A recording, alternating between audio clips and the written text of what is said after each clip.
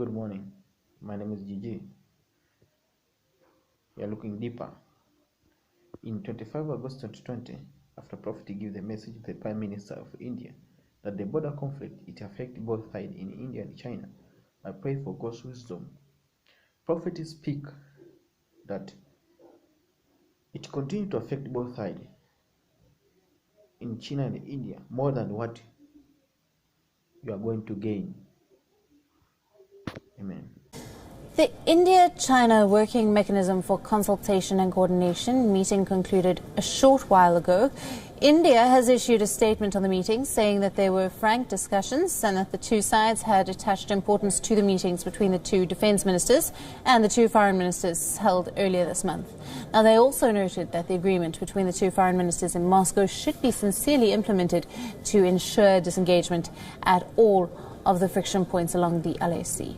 The last meeting, the WMCC meeting on the India-China border affairs, took place on the 20th of August, and two countries were unable to bridge the differences on disengagement of the two militaries at the meeting.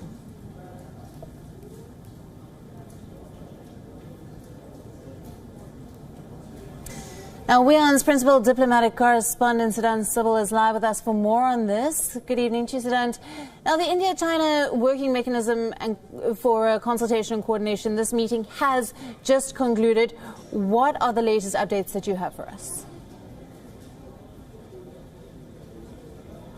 Well, Alison, one of the biggest takeaway from this conversation is the fact that the Indian side has called on that the ground commanders of India and China at the line of actual control, they need to increase and strengthen communication. This is the only way forward to make sure that there is no untoward incident at the line of actual control. But remember this conversation, the WMCC coming in the backdrop of two important developments. First, of course, the foreign ministers meeting in Moscow on the sidelines of the Shanghai Cooperation Organization foreign ministers meeting. And then, of course, the 6th Corps commanders conversation. Interestingly, both times there were joint statement, and we know the Moscow Pact, the MESH talked about Moscow Pact after the foreign ministers meeting, talked about easing tensions via disengagement, why making sure that there is dialogue and also maintaining distance between the troops of two countries at the line of actual control. And then thereafter, we saw the Corps commanders meeting. The joint statement called for no build-up at the